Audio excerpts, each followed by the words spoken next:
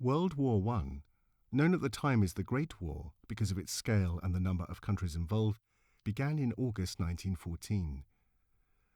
By Christmas of that year, hundreds of thousands of men on each side had already died in the most senseless and terrible slaughter the world had ever known.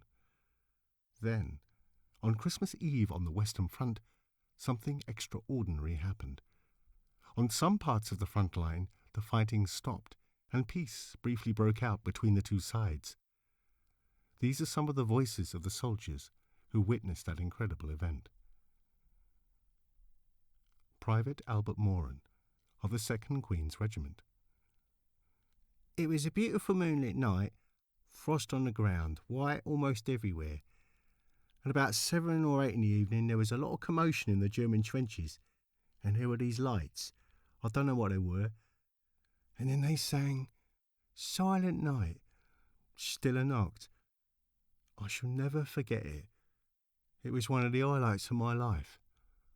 I thought, what a beautiful tune. Private Marmaduke Walkington, of the London Regiment. We were in the front line. We were about 300 yards from the Germans. And we had, I think, on Christmas Eve, we've been singing carols and this and that and the other. And the Germans have been doing the same. And we've been shouting to each other, sometimes rude remarks, more often just joking remarks. Anyway, eventually, the Germans said, "Tomorrow, you no shoot, we no shoot." And the morning came, and we didn't shoot, and they didn't shoot. So then we began to pop our heads over the side and jump down quickly in case they shot, but they didn't shoot. Then we saw a German standing up, waving his arms, and we didn't shoot and so on, and so it gradually grew. Private Cunningham, 5th Scottish Rifles. When dawn arrived, we started putting our head above the parapet and waved to each other.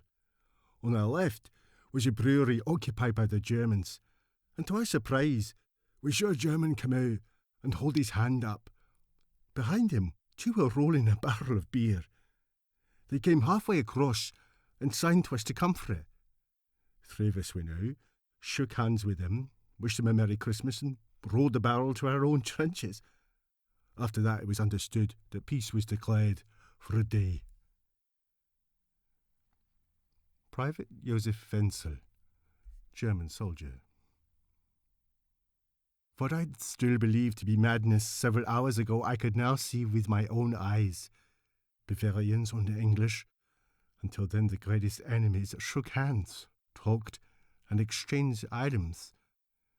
A single star stood in the sky directly above them and was interpreted by many as a special sign. More and more joined, and the entire line greeted each other.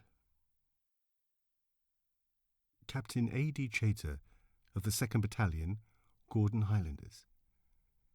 I went out myself and shook hands with several of their officers and men. From what I gathered, most of them will be glad to get home again, as we should.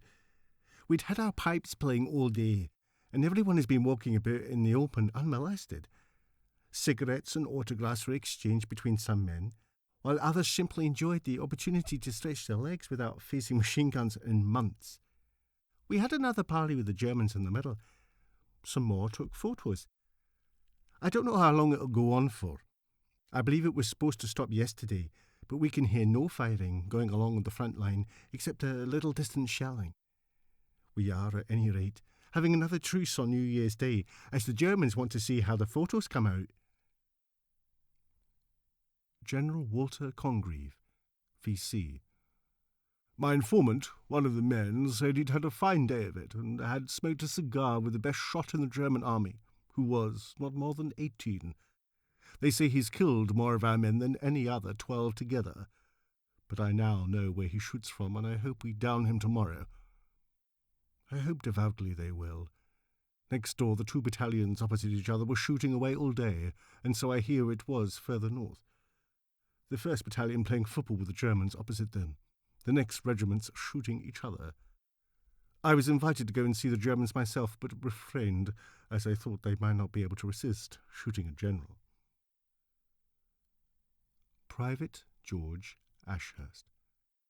"We got orders, come down a trench. Get back in your trenches, every man," by word of mouth down each trench. "Everybody back in your trenches," shouting.